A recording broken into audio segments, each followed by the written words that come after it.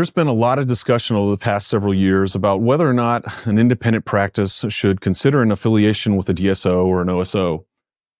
There's a lot of misconceptions as well, and not much firsthand knowledge of people, especially on some online forums or orthodontist to orthodontist, and some misconceptions are out there and they're broad. Are OSOs good for the industry? Are they good for the practice, good for the doctor, the team members, and most of all, are they good for the patients? Today, we'd like to delve into one doctor's experience about what worked and why, as well as get into some of the red flags that others might consider when joining an OSO. What are the things that are big turnoffs that might indicate that that doctor is best to just stay as an independent practice instead of affiliating? Dr. Casagrande, I know you're not shy about sharing your experience and why you chose to affiliate with Smile Doctors. We look forward to hearing from you and any advice that you can share. Welcome, Zach, to Smile Doctors Off Mute podcast. Thanks, Scott. Appreciate you having me. Tell us about you. Sure. So everybody's journey is different, obviously. When I came out of my residency, I knew location-wise exactly where I wanted to go. So from Virginia, grew up in Northern Virginia, outside D.C., suburb of Washington, D.C., and I knew I was going to go back. The question was exactly where I was going back in that area of Virginia. My wife also is from Virginia, so we had roots. And so the decision as far as geography was fairly easy. As far as what I wanted to do, back then DSOs weren't big. So finished my residency 2006. Were they around? Yes, but it wasn't what they are today. So I knew I wanted to have my own thing. Business minded. I had a business minor in college. This was something that I knew I was going to do from the beginning. And so I opened my own practice. I said, okay, I'm going to Ashburn, Virginia, a lot of kids, a lot of families, and that's where I'm going to be. In my head, I'm thinking kids for ortho because that's what we're trained. What I quickly learned is that I became a big adult practice and was treating a lot of patients with aligners. And back then, in 2006, Invisalign was just getting started. So I said, I'm going to open my own practice. I'm going to find my niche. Aligners is what I went with, and I dove in from there. Opening your own practice is not easy. I started with 0 patients day one and 2 patients the next day. And so it was quite a journey. I remember my brother telling me, just pretend like it's monopoly money and take that loan out and pretend like it's monopoly money, treat patients well, and go from there. So that's how I started. Wow. Okay. Started from scratch. How many employees did you have right from the beginning? So you had payroll going right off. So day one, like I said, 0 patients. Day two, 2 patients. I didn't know them. They came in. We had 2 employees, myself and my TC/front desk, Lisa, who I'm happy to say is still with me today. So she's been with me for 16 years now. Through thick and thin, and she came from a busy orthodontic practice. So for her, it was quite a change. Would I change anything from the way it started? No. Have I learned many things along the way? Absolutely. Yeah, I think about some of the young orthodontists, new orthodontists that are out of school that are joining us, and the roadmap that we have to learn from so many different orthodontists. I mean, what would you have given to have that level of information early on in your career? I know I made so many mistakes early on. So many mistakes. And did I have support and mentors? Absolutely. Is it what it is today? It's exactly what you said, Scott. No, not even close. We're going to get into it later, but one of the things about joining a DSO and Smile Doctors in my case is just the interactions and learning from each other. And it sounds cliche, but it's something that I do every single day. I'm talking to you multiple times a week. I'm talking to other orthodontists in my direct area multiple times a week, talking with orthodontists that are across the country or in Texas multiple times per week. So we have a lot to lean on and a lot of support that back then it was almost like roll the dice, see where I go, make mistakes and pivot from there. I think one of the things that really helped me was I was not scared to take chances from the beginning. And I'm like that in all aspects of life. I try to, instill that in my own children. And when I talk to residents, when I, teach down at the dental school, you have to take some chances in life. I love that. I know, and you have a lot of entrepreneurial ventures going on too. You always have. What are those? Yeah, so I consider myself, an entrepreneur of orthodontics, as we all are with our own businesses, but I also dibble and dabble in other aspects and other areas and other industries. I started, back in 2015. My wife noticed that I needed another hobby outside of orthodontics and baseball. And I said, I'm going to go learn how to fly planes. And she's like, okay, well, how about you take your passion for wine and go that route instead? So she sent me to SOM school. So those of you that know, there's sommeliers. I can say we're now, I guess. There's 4 different levels, and I hadn't studied since dental school. So dove into that whole wine world and now produce my own wine. It's a Pinot Noir, a Burgundy, and I've had 4 vintages so far.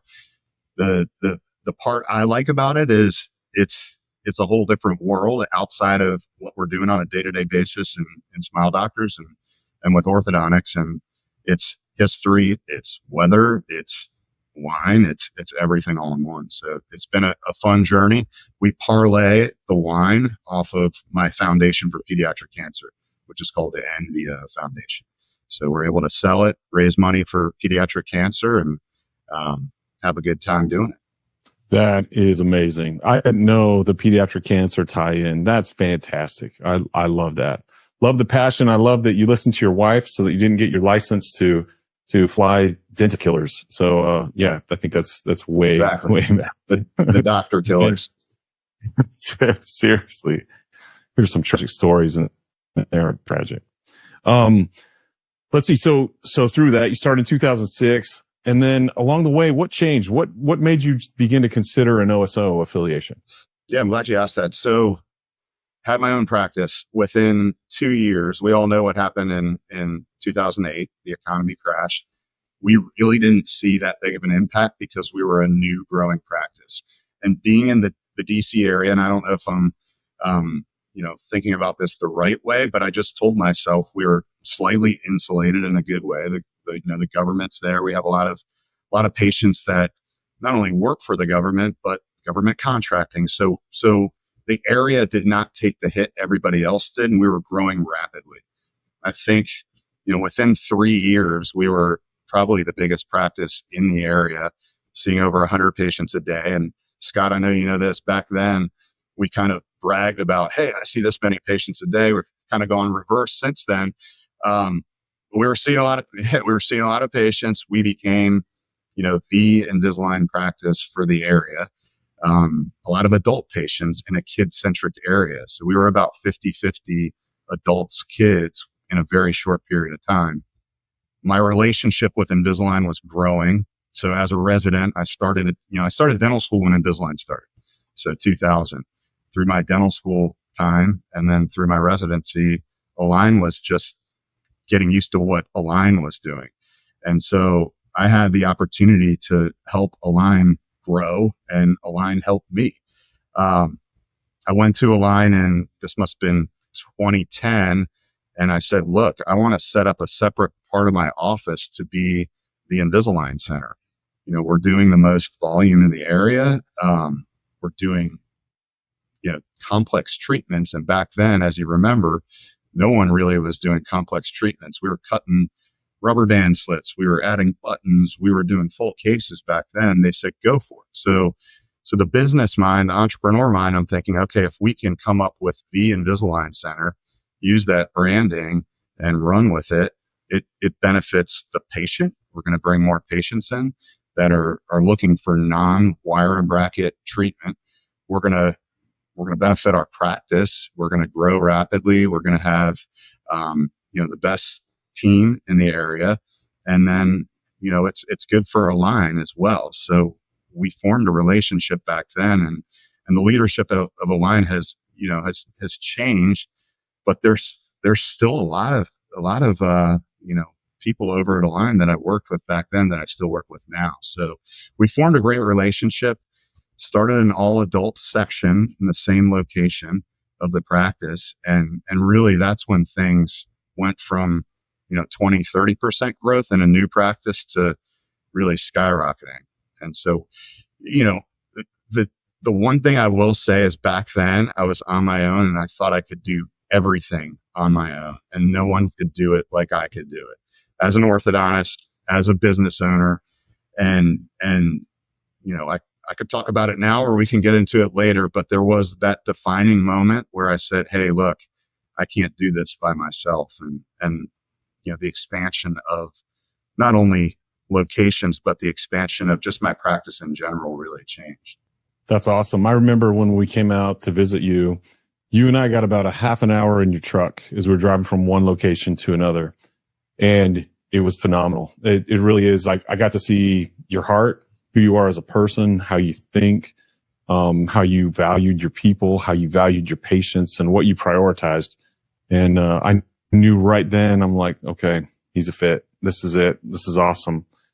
What advice would you have for others who are considering an affiliation? What has to be necessary for it to work? And what's a killer? What's going to make it fail when joining an OSO and affiliating? Sure. Yeah. So we're all different, right? And I remember that day when you came out and I got to meet with you. I got to meet with Jay. I got to meet with, Dana and Greg and really the leadership of Smile Doctors. And I'll be honest, I was talking to everybody. And back then it was, it was like the influx came in. I didn't even know how to deal with it because everything back in 2017, 2018, 2019 was exploding with DSOs and private equity. And so I said, I got to take a step back. And this was before Smile Doctors came into the picture and really gather my thoughts and come up with a plan. And I really couldn't say no at that point. And to be frank, yes, the money was good, but I was growing so rapidly that I wanted to do something like this. And so to answer your question, those that have their own solo practice and they're by themselves and they just want to keep doing what they're doing and not grow, I would say this is not what you should do. This is not the right thing for you. You should not affiliate with any DSO. If you want to continue to grow, and yeah, you can do that on your own. I did that for years. I went from one location to 4 before joining Smile Doctors. So yes, can you do it on your own? Yeah. Is it as fun? I can tell you no. This is the single best professional decision I made in my life. And no one has ever told me to say that. I've told you that for a long time. Are there bumps in the road? Of course. Would there be bumps in the road without affiliating? Of course. But I to answer your question, I would say, if you want to grow as a person, and if you want to grow professionally, affiliating with a DSO, and I really should say, affiliating with the right DSO is a great option. That's huge. I totally agree. What are some mindsets or, attitudes coming into that relationship that are going to make it fail? What do you see that just won't work? You mentioned the one about you want to remain solo and put your way and yours is the best way and no one can do it like you. What are some others? Yeah. And it's not even, I want to remain solo as a practitioner. It's, are you going to listen to what could make you better and growth? And I'm not just talking about financial growth and production and collections. I'm talking about your staff growing. I'll give you a perfect example. I have over 10 employees of mine, team members of mine at NVO that are now somewhere else in Smile Doctors doing amazing things on a national level. Personal growth. I went from 4 locations and it was great. I loved what I was doing, but now I have an impact across 430 plus locations and growing. And to me, being able to implement not only what I've done, but what, practices from all over the country with the best Invisalign practices. We have 5 of the top 10 Invisalign practices in the entire country. And in Smile Doctors, the best of all of that is what we put together. It's not Zach Casagrande's Invisalign philosophies and preferences, and you got to do it this way. It's really the best of the best all in one. And then you have the ability to use this if you want. Not, Scott, while you're joining Smile Doctors, you have to use this. It's if you want to use this, you can use this. So It's just growth in general, personally, professionally. And if you are happy with what you're doing and you're working Monday through Friday, Monday through Thursday, Monday through Wednesday, and you just want to keep it that way, then don't join a DSO. It's not for you. If you want to grow professionally, personally, do things outside of your own locations within your four walls, then this is something you want to look into.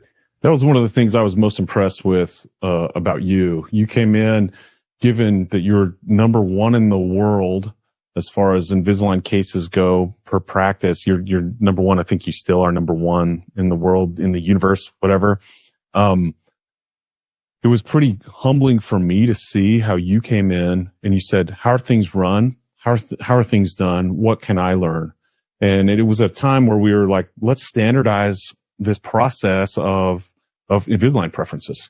How can we get it the same so that we can get our techs to prep this so that it's a whole lot less work, a lot less homework for our doctors on the digital flow side. And so we wanted to get that and get those best practices all together. And to your credit, Zach, I was just so impressed. You said, oh, okay. Oh, we're going to do attachments. Most people do attachments on the first visit. Great. I'll change. No problem. And you retooled your entire operation. You've been doing it this one way for years. It had worked. You had worked with your team, and you're that caliber of leader where you're able to go to your team and go, hey, for the greater good, we're going to do this. This is how it flows better. Let's find any way we can improve on this. And then we'll go and we'll share it. It was super humbling to me to see how you just wanted to work end goal that mattered the most, instead of, oh, how can I insert my ego and feel I got the best, I got all the solutions, I got the best thing going, just because you were the largest in the country. So I always have been impressed by that, and as you as a person and you as a leader. It's fantastic. Well, I appreciate that. And I'll tell you, I thought what I was doing was the best. And then you look around and you see what other people are doing, what other great doctors are doing. And my goal is to make not only my practice better, but all of Smile Doctors better at this point. And it sounds cliche or cheesy to say this, but I truly think what we're doing with so many great minds in one place, that we're changing orthodontics in a very good way. So it doesn't just benefit Smile Doctors, it benefits everybody. And it took me saying, okay, well, these doctors up in, Michigan are doing this better. These doctors in Chicago are doing this better. And we lumped everything together. These doctors down in Georgia. I appreciate you saying that, but to me, that's the only way as a leader. Is it's not just me and what my practice is doing, and my patients. It's everyone. And I also want to say, yes, we treat the most patients in the country, in the world, as a DSO, but we successfully complete those cases, and our clinical results are beyond excellent. And the cases that I see from other doctors within Smile Doctors that are using our preferences, the pediatric cases, the phase 1 cases, the adult cases, the cosmetic cases, the level is higher than what I was doing by myself. And I'm open and honest enough to admit that we were doing really good work, really, really good work. Our doctors at NVO are some of the best doctors in the country, but you just kind of see what's out there. And I look at Dan Lill and Damon DeArmond doing the most Invisalign first cases and pediatric cases, and I took their preferences for phase 1 cases. They're better than mine. So to your point, it's combining best practices, which is such a simple concept, but you just don't have that ability when you're sitting there by yourself. Yeah, you really do have to check your ego and understand, what you've done got you to this point, and you're extremely successful. It's amazing. I see this all the time with docs who join us. They are phenomenal. The ones that take it next level are those that check their ego and go, okay, this isn't the top of the mountain. I have not arrived. What can I learn from other people and implement? And they're always hungry, always looking, just really have a passion to deliver the highest level of care they can for their patients. It's fantastic. Yeah, you're spot on. And I see it, I see it both ways when doctors join, and it's hard because we are all of our practices, when we join Smile Doctors, we don't take just anybody. So they're all good practices, right? And you've built this successful, amazing thing. Sometimes it's hard to say, okay, there are ways of doing it better than what I'm doing now. Yeah, agreed. Talk a little bit about that, about how docs join us, that there is that autonomy, that freedom within a framework. How have you experienced that, and how have you seen it in others? Sure. When I joined, I didn't know what to expect. Okay. I had just done this huge change in my professional life, huge change in my personal life. I was the sole owner of a very large practice, and I started it from scratch, and it was my baby. I remember waking up in the middle of the night thinking, what am I doing? And this was a day before close. After closing, it was almost like I looked around the first week or two. When is it going to change? When is it going to hit? What's going to happen next? And what's cool is you change what you want to change. So for me, I love marketing. I wanted to hold on to the marketing of my locations, and I wanted to share what we were doing well, and I wanted to incorporate what we could do better. And I was allowed to do that. And nobody said, hey, Zach, you can't market anymore. We're going to have, Joan market for you. She's doing all your marketing. It was keep doing what you're doing. I don't like dealing with HR. I don't know how many orthodontists like dealing with HR, but I didn't. And so it was nice to be able to say, okay, HR, payroll, all that, everything I was doing by myself. I had a great team helping me, but we were able to eliminate it from our entire team. Can you do anything and go wild? Of course not, because we have to do things the right way. So there are things that we're not going to say you have to do this, but hey, this is probably the way you want to do it. Here's an example. We use the same software. You're going to have to convert to this software at some point. In my head, I know a lot of people gripe. We had already done 2 software conversions when I was the sole owner. So it was, yes, is it a pain? Yeah, but we're gonna do it. And there are other things that, contracts are done the same, things like that. But I was happy with what I was able to relinquish, and I was happy with what I was able to keep. And when I go to someone at Smile Doctors, whether it's, our CEO, Jay, and I say, hey, I think we should do this, he listens every time. And most of the time we end up, if it's a good idea for everybody, we do it. And the same thing goes if, I'm proud to say that in my area, I was the first Smile Doctors practice in DC, Maryland, Virginia. And anyone I knew in our area that I thought would be a good fit ended up joining. Amanda Gallagher, Dave Ratt, Dan Lill, Damon DR, and it just these great practices, such a strong area. And I watched them as they joined, and they were almost like, yeah, you said it was going to be great, but wow, you were right. No one's coming in here and changing everything that I'm doing. It's the same NVO on my shirt that it was 4 years ago when I affiliated. In my neighborhood, everyone knows it's Dr. Casagrande, it's Dr. Barcoma, it's Dr. Rob, it's Dr. Tommy, it's Dr. Song, it's, this is NVO. So we have the ability to hold on to what we want to hold on to, and the ability to relinquish what we want to relinquish. And it's been, like I said, it's been the best thing I've done professionally. I love that. Elaborate a little bit more about some of the changes and some of the growth that you've experienced through that by implementation of these best practices and ideas throughout the country. Sure. So joined Smile Doctors in 2020 in the summer. So I'm coming up on 4 years. Time goes faster and faster every year, but we've grown every single year. We've hit our goals every single year and beyond that. And so that's organically within those 4 locations. Now we have 7 locations. Most recently, we started from scratch practice with NVO branding in Arlington, Virginia, and in Gainesville, Virginia. And I can brag a little bit.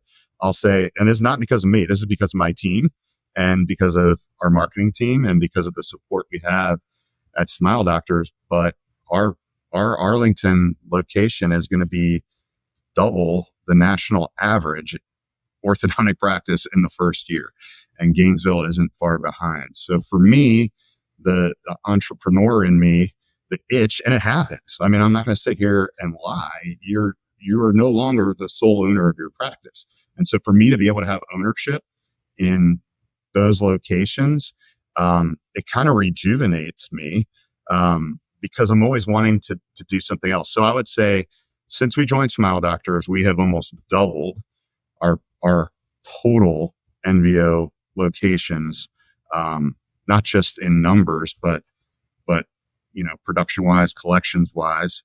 And the way I look at it is bigger impact in the community, more patients leaving smiling, better for my staff, more of an impact for my staff, growth. One of my records techs is now running one of my practices. So it's been awesome to see. That's fantastic. I love the impact. It's just the number of lives that have been impacted by you and your team, your incredible culture, and how they want people to improve their lives and see the potential that they have in their future. It's just awesome. It makes me so happy.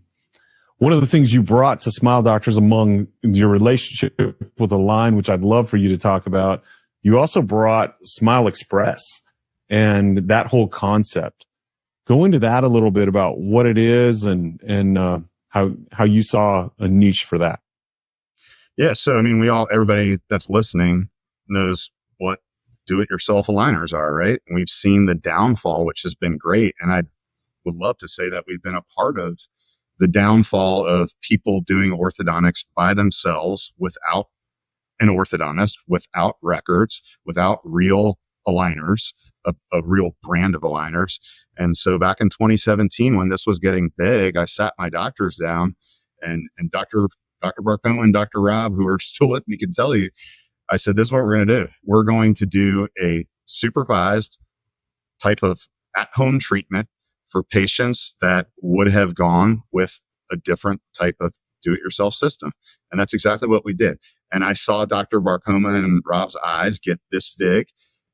They were like, no way, we would never do anything like that. But what we learned was that it was a different funnel of patients. It were patients that were not going to come in for comprehensive treatment, that maybe didn't need bite correction, or maybe didn't need, moderate to severe crowding correction, whatever it was.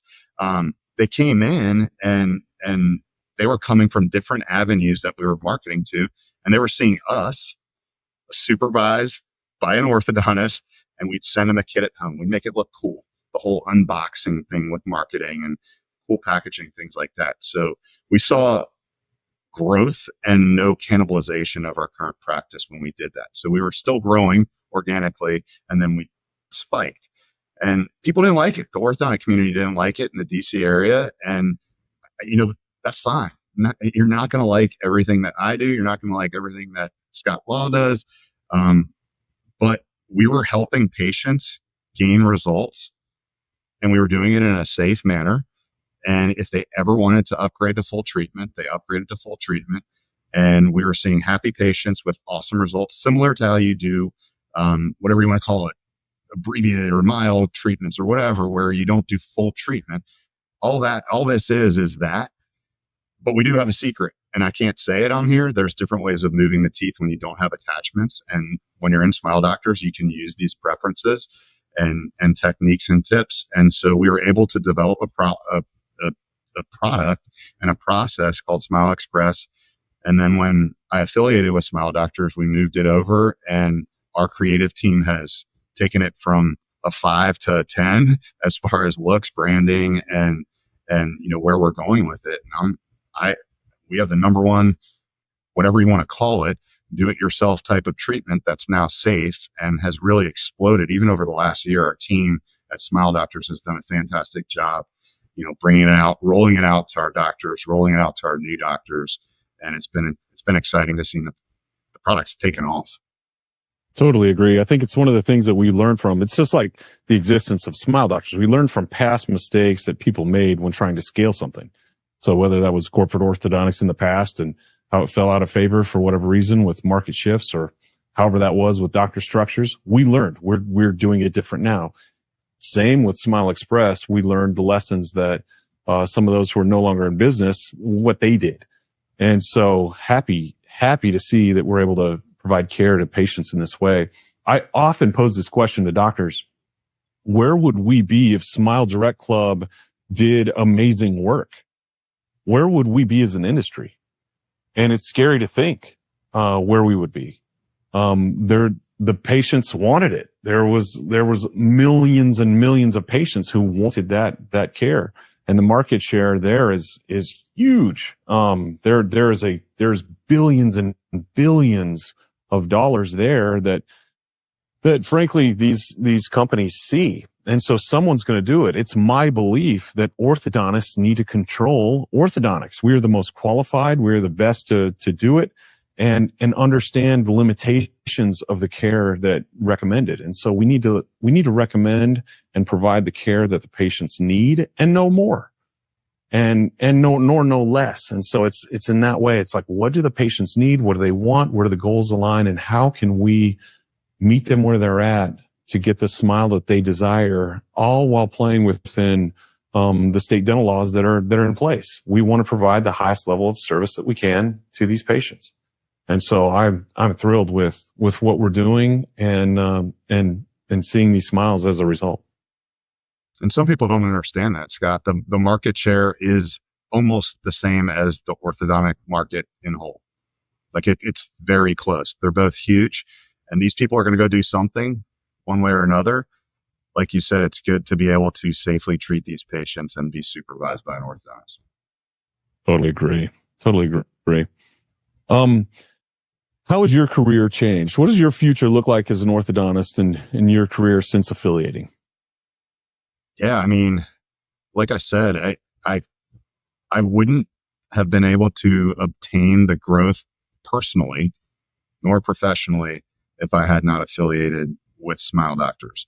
My life was great before, and that's why I was able to affiliate with Smile Doctors. And if I didn't affiliate with Smile Doctors, I still would, I'd be fine. I'd be growing.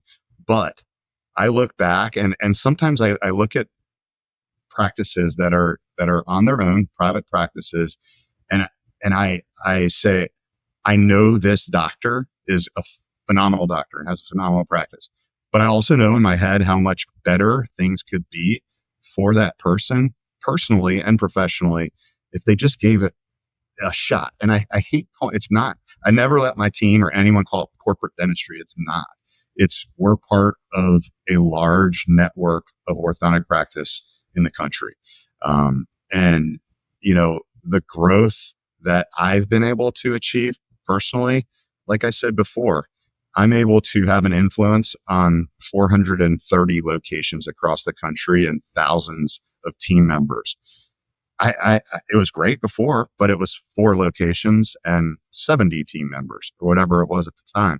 So I think anyone that knows me personally as a friend or a colleague knows that I truly care about my team members. And that was my biggest reservation going into affiliation was I want to make sure my team was protected. And I met with dozens of different, not only DSOs, OSOs, but also straight private equity groups that were starting a platform. And I looked around at everybody, and Smile Doctors wasn't my top financial offer as far as this is the highest.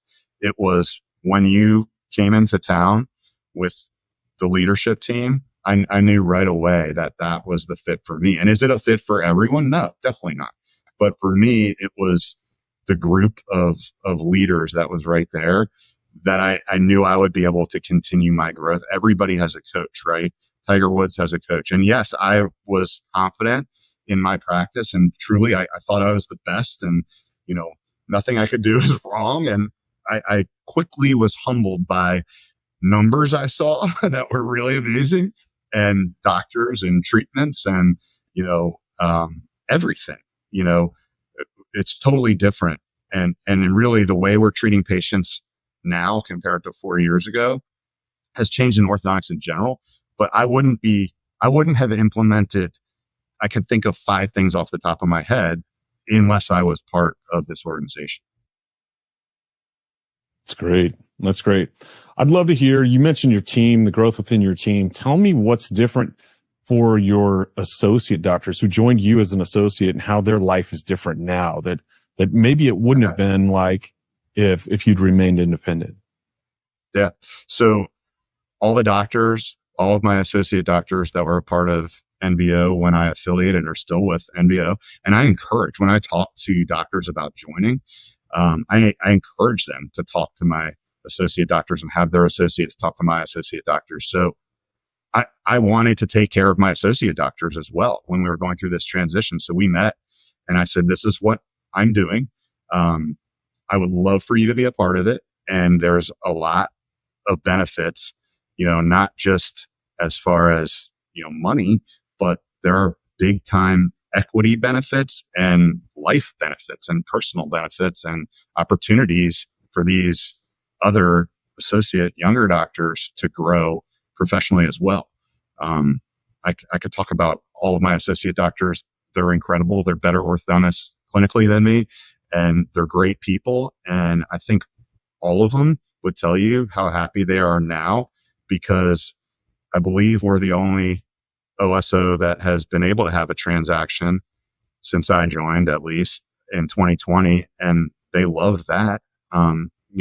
Their equity became really nice, and their growth is great, and their bonus is better than what I was giving them, and their pay is great, and their benefits are way better.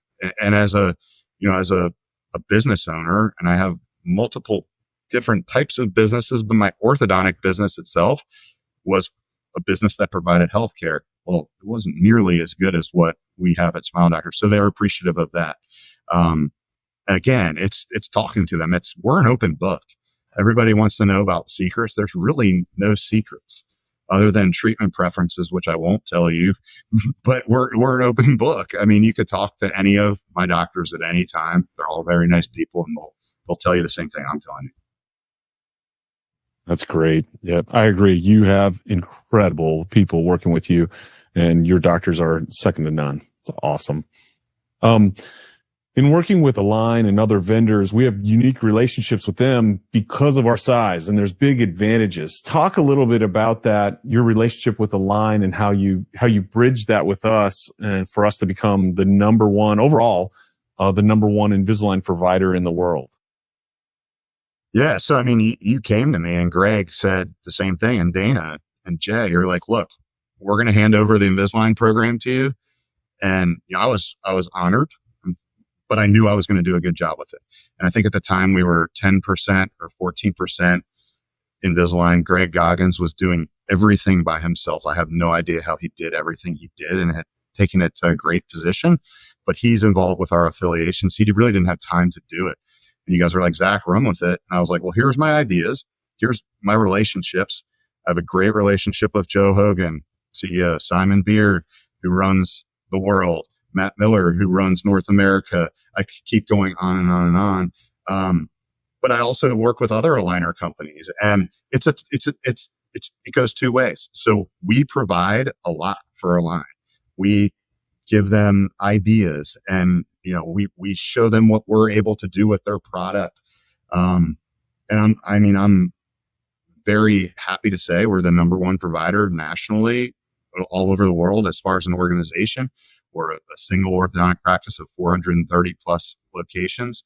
And because of that, we know everything that's going to happen with clear aligners before the rest of the profession learns about it. We're able to help make those products better.